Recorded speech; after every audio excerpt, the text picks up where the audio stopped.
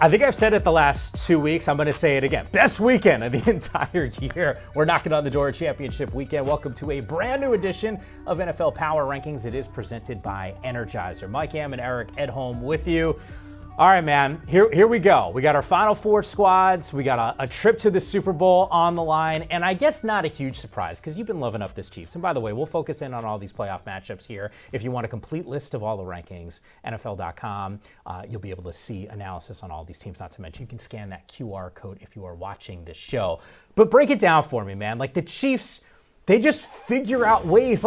You could have made a compelling argument that this was the squad, the way the Houston Texans played, that they should have won this football game. But right now, your top four teams, Kansas City, Buffalo, Washington, and Philadelphia. It all makes sense to me. Should make sense to everyone else. But what can we expect? What do you expect from this Kansas City squad based off of a little bit of a layoff and surviving and advancing?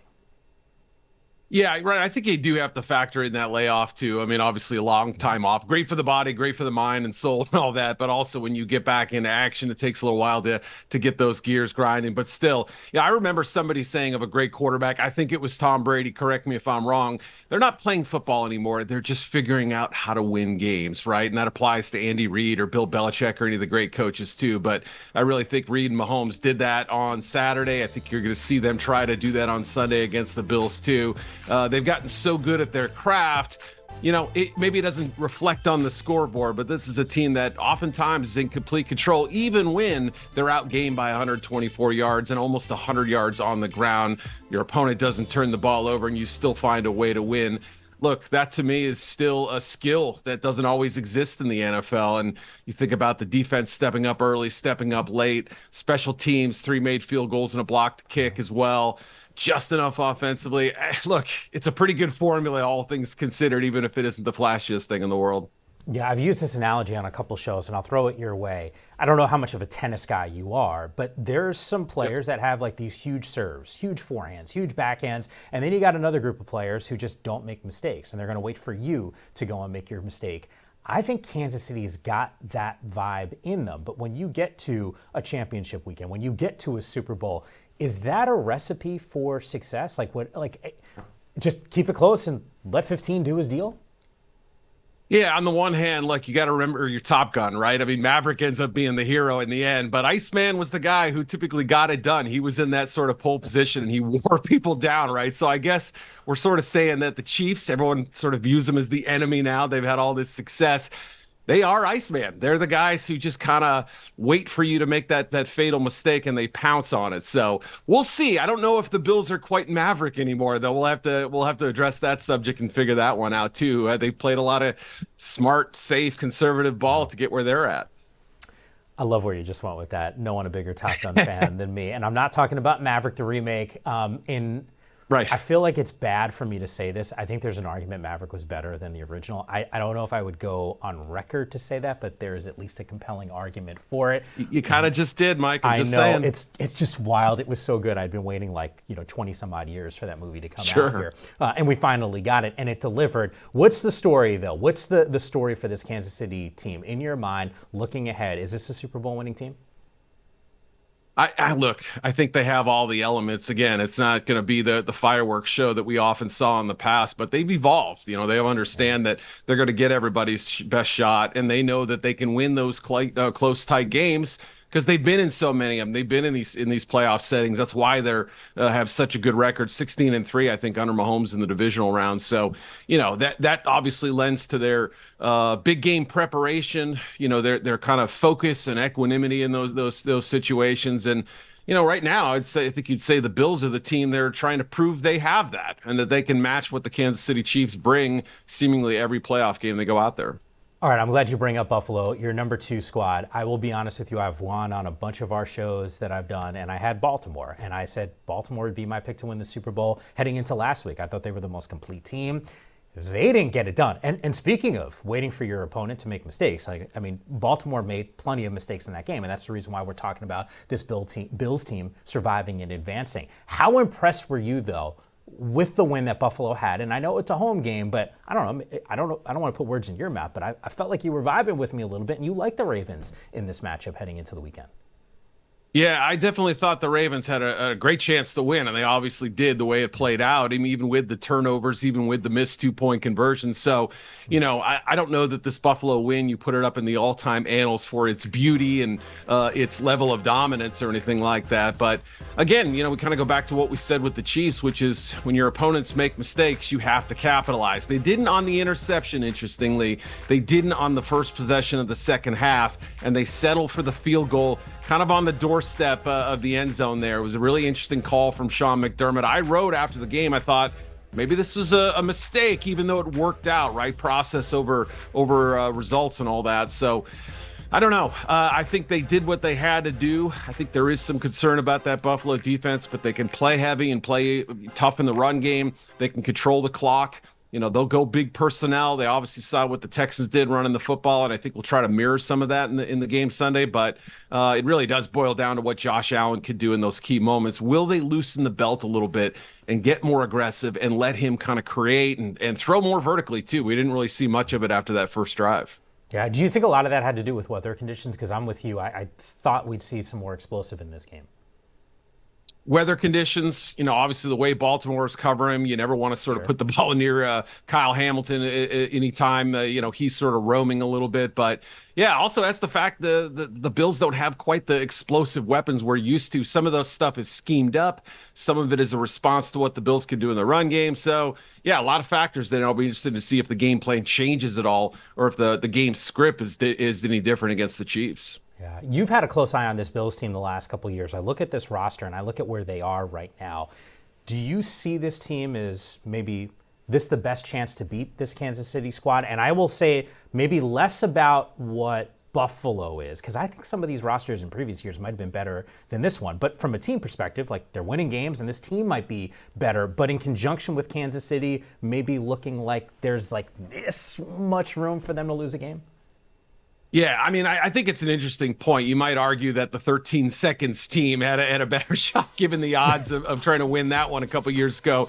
Didn't work out, as we know. But to your point, they're so balanced and they can win in different ways. Even the defense can kind of take on different forms. But, we saw Sunday that, look, it doesn't have to be about Josh Allen airing it out and making all those crazy plays. And we talked about a minute ago that goal line possession where the play before the decision to kick the field goal, Josh kind of turned around and almost looked like, hey, I'm going to toss it back to Cook and maybe make a crazy play. Yeah. Everyone in their mind saying, don't do it, right? And I think the old Josh might have, but they don't kill themselves with turnovers. They don't kill themselves with sacks, and they have a defense that can take the football away from you. So from that perspective, that formula, and we've seen how much time of possession and turnover battle means in the playoffs so far, that could say a lot on Sunday. As you see the trajectory of the Commanders, back in week number 2, you had them as the 29th ranked team. There was a steady rise, though. They were 7-2 in week number 9. They had won 3 straight games. You had them up to 5.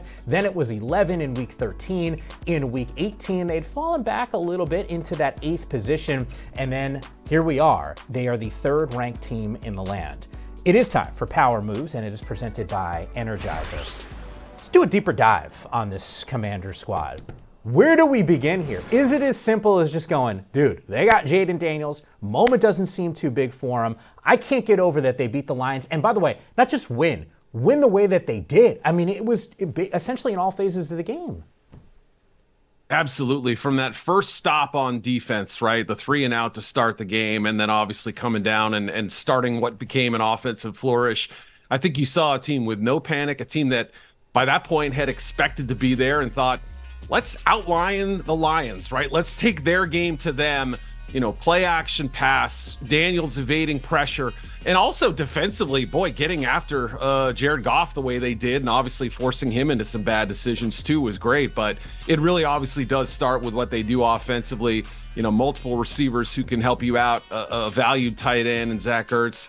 The offensive line, even without Samuel Cosme, that he gets to suffer a torn ACL in that game. That's gonna be a big loss, but they're very multiple on offense. Cliff Kingsbury has designed this thing beautifully to parlay to the strengths of Daniels. And, the defense, while shorthanded at times and with holes that we can obviously point to, I say they're doing a darn good job for what they have right now.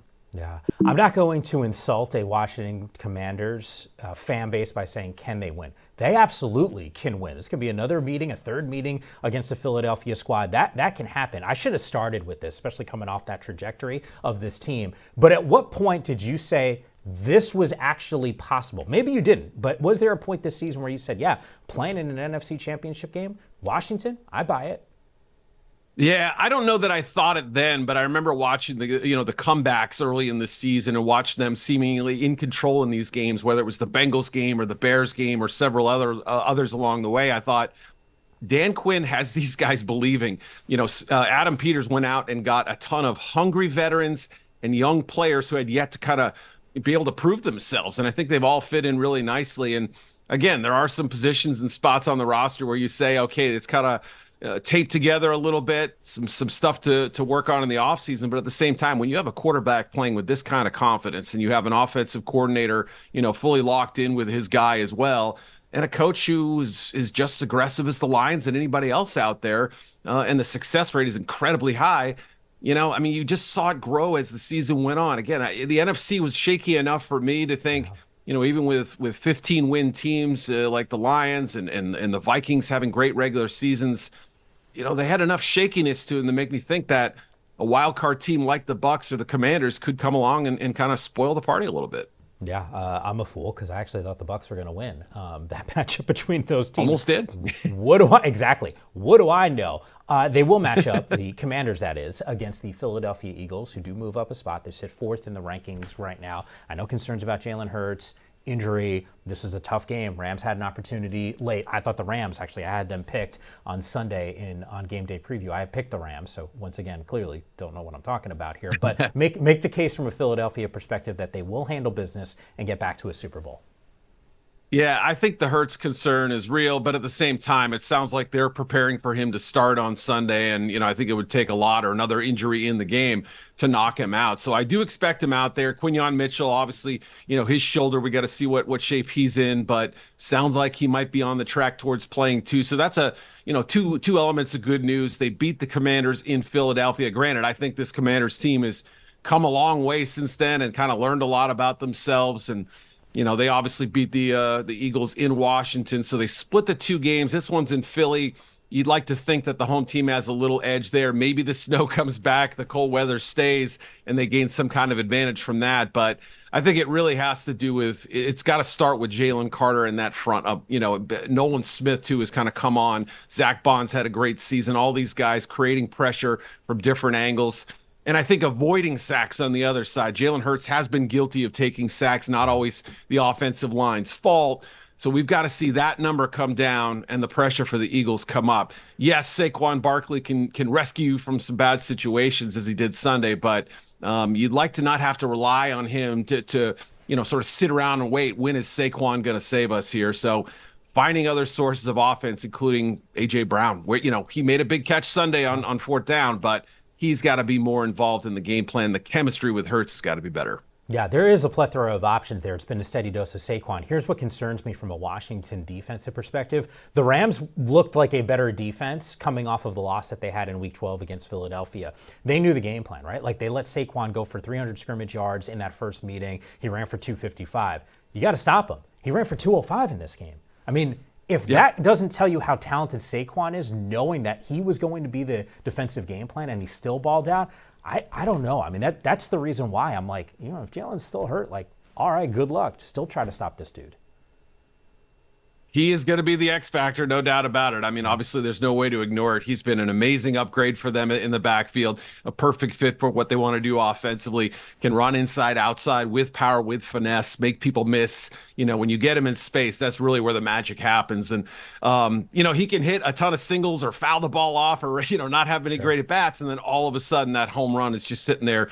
Again, like you said, I never would have imagined he'd have two long bombs in this game against the Rams after what he did to him the first time. But sometimes the great players can just sort of will their way into the end zone in those situations. Yeah, and he's certainly one of the premier players in the NFL. Eric, two of your top four teams, they went down over the weekend. Still to come here on NFL Power Rankings, the fallout of the weekend, and where those organizations go. That's next.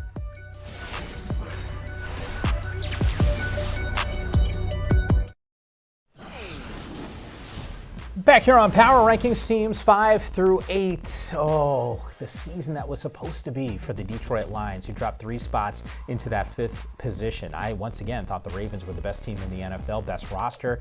They lose. They drop 2 spots to 6. You got the Rams at 7 and the Houston Texans at 8.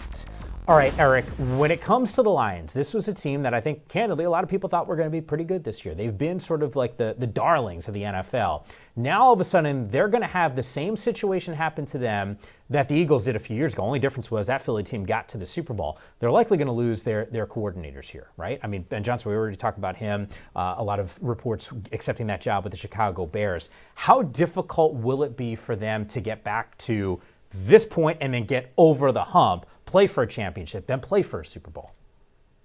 Yeah, you make an excellent point drawing the comparison to the Eagles a couple years ago when they had a monster of a team and then they nearly took down the Chiefs in the Super Bowl and then had to replace both their talented coordinators getting head coaching jobs. So that very well could be the case. Obviously, Ben Johnson going in the division, having all the house secrets and having Caleb Williams. We'll see what can happen there. But you know, the core of this Lions team is expected to be back, including a lot of those defensive players, Aiden Hutchinson, the guys in the secondary, other members of the defensive front. They're all coming back.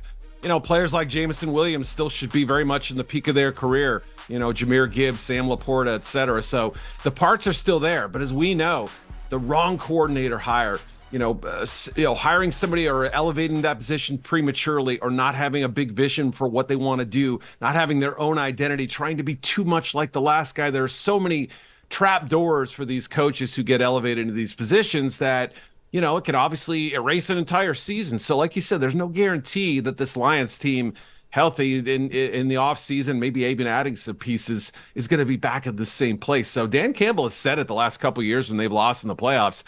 You know, we're probably never going to live this down, and you don't know how big these opportunities are until they're gone. So, you know, I know I'm paraphrasing there, but I think Campbell kind of touched on something the Lions fans feel, which is, you know, I'd like to think we're going to be here for a while, but you never actually know how it's going to play out. I heard some of his comments after the game at the podium. Dude was devastated. You could hear it in his voice, Yep. see it in his face. Coordinators aside, I'll say this. Aiden Hutchinson, before the injury, could have made an argument, was on pace to be the defensive player of the year. I don't know what he is coming off the injury next season, but if there's one focal point roster-wise this offseason, Eric, what do you think helps this team? I think adding, obviously, you know, as a reaction to what happened this year where they just had waves of injuries on defense and having just another layer of depth. Plus, you know, all those other guys who didn't play a lot this year, like Ennis Rakestraw, going to have another year of experience. So I think just sort of adding and bolstering each layer of the defense. Guys like Alex Anzalone are terrific players, but they've been injured a lot of their careers. So, you know, those are the kind of guys, even with Derek Barnes and whatnot coming back, you still have to buttress that with some depth. And then offensively too, you know, O-line depth, adding more receiving threats and you know, deciding whether you have Hendon Hooker as your quarterback of the future. Obviously, we saw Teddy Bridgewater come into the game when Goff left the playoff game against the Commanders. So, you know, does Hooker still track towards being Goff's successor one day, or at least his backup? You know, those are questions that Brad Holmes and his staff have to answer. Okay, I guess we'll start with that same question then for the Baltimore Ravens, because, God, I feel like I'm beating a dead horse. I really did think they had the best roster in the NFL. So dominant. Sure. Thought they would get back to a championship game. We were going to be looking at them and Kansas City. And I thought because of Derrick Henry, they'd get over the top here. This roster was terrific. They were dominant. They figured out their defensive issues. Turnovers, obviously, a huge issue in this loss. But what's plan A now in this offseason for this team? Yeah, it's a good question, right? Especially after sort of going away from Derrick Henry in the fourth quarter, only those 2 back-to-back carries, they came up short on the first down there. I mean, I thought they might go to him a little bit more. Is he still going to have the same sort of workload next year that he did this year, or do they want to help him out? Obviously, Justice Hill's still there.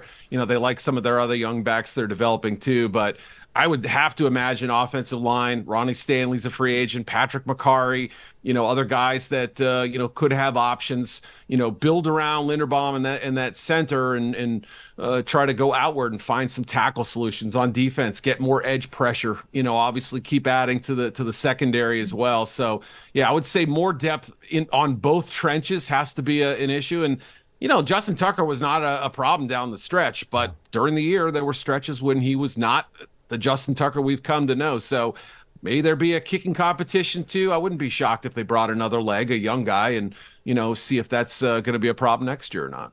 Meanwhile, the Rams Yep. at 7. Damn, man, they were right there. Had an opportunity. I thought coming off that late Saquon touchdown, it's a wrap, game over, and they still have a chance in the snow. And now all of a sudden I look to next season, there's questions about Matthew Stafford. I remember being around this team in August, and Stafford's contract was an issue. They worked it out. He was in camp and was all well and good. This team is too good in terms of a young roster not to bring him back and figure that out, right? Yeah, I mean, a couple years ago, hey, we were talking about maybe Sean McVay retiring, Aaron Donald retiring a year before he ended up hanging up the cleats. So, I'm not saying that Stafford's sort of milking the moment or, anything like that. I think he probably needs a little reflection, but his comments after the game seemed to suggest he had some football left in him. And I think the Rams, certainly would accommodate him being back and the trigger man in this offense that at times look very, very good. Turn on the Buffalo tape. You can see them at their very best, I think. But, those 2 fourth quarter turnovers were obviously killers. And, Kyron Williams, so reliable this season as both a runner, receiver, pass protector for that matter. Putting one on the turf, you could see his look on his face. Same thing with Stafford after his. So, those were big plays. I mean, the safety helped kind of change momentum a little bit and get him back in the game. And that pass rush was ferocious in both playoff games. But so there's a lot to like about him. I think adding to that secondary is going to be a key offseason priority and finding run stuffers. You can't let guys like Saquon Barkley continue to gash you over and over because the best teams, I think, are starting to realize the run game is cycling back into the NFL for a reason against these lighter fronts and these nickel packages. So that's got to be something that Chris Shule and the Rams have to figure out this offseason. But the Stafford question obviously is the one that hangs over everything. Yeah, and that team, by the way, has done a tremendous job the last 2 years in the draft. You look at their first and second year players and the massive contributions that they're making. So I think if you're a Rams fan, you get Stafford back, you feel good about the draft, you'll find some gems because there's now a track record of doing so, and you got to feel cautiously optimistic that this team could be right back in the mix this upcoming season. The Houston Texans, speaking of the draft, 2 years ago, you're going, really? Like this is a squad that now heading into this current season that we're in, you felt like could make a run to a Super Bowl. I mean, that's what the hype was around CJ Stroud. And they didn't play great football during the course of the year. I thought they played well late, especially from what we've seen in this postseason. Yep. Like, what is this team? Like, are they the team that next year, bringing back most of their roster, you feel good about, can get back to this point and maybe learn something from some of these tough losses? Or there's got to be some changes in terms of personnel, and maybe it's a depth question that will potentially carry them and put them over the top? Yeah, I think it's a fair question. I mean, they were, like you said, they were levied with such big expectations after, their playoff run and their season last year. And I think we may have kind of overgraduated them early in the year. I was a little hesitant. I did bump them up into my top 5 early in the season, mostly because there wasn't real much clarity up top. So I think I also kind of pushed them ahead of where they deserve to be this year. But you're right, too. They did seem to kind of turn the corner there when I don't know if all hope was lost, but externally, a lot of people had their doubts about this team. But DeMeco Ryans has done a great job. CJ Stroud went through his share of struggles. I was tough on him. Other people were too. Bobby Slowick, heard plenty from the radio guys and whatnot. But I think by the end of the season, you at least saw the arrow pointing back upward, and they played as well as they probably could have. Missed kicks and a few other penalties aside, but. Yeah, I'd like to obviously see them find some solutions at receiver. Nico Collins is great. John Mechie might be a nice complementary part, but one more guy. And I'm not sure it's Stephon Diggs with him heading to free agency, but for years, we've been talking about the offensive line. That unit has to come together a little bit better. Defensively, still, I think, a few pieces short of being that top 10 unit, or at least the borderline top 10 unit that you probably need to take that extra step. So there's still a lot of promising developments. I'm not giving up on Stroud, and I think the future is mostly bright for them, even while admitting that they still have room to improve, no doubt about it. Yeah, look, this is a Houston squad, once again, that figured out a way to flip a switch, I thought, late. That concerns me. I like the teams that are just killers no matter what the situation. And maybe the answer is as simple as, hey, they were banged up, had some significant injuries during the year, and maybe it solves itself. But can't wait to see what this offense looks like next season as well, because I do think a lot of us, and it's probably too early to get your top 10 for next year, but I got to imagine, as the offseason shakes out, you're still probably going to have them sitting pretty close to that 8th position, which is where they are right now. Eric, you're the best man. Always good to work with you. Next week, a special edition of NFL Power Rankings. It's a road show. Kind of. Both of us will both be on the roads. East-West Shrine Bowl, Senior Bowl for you. We will do the show, take you through championship weekend, get complete reaction, and preview the Super Bowl. Looking forward to it. Eric, safe travels. We'll do it again next week.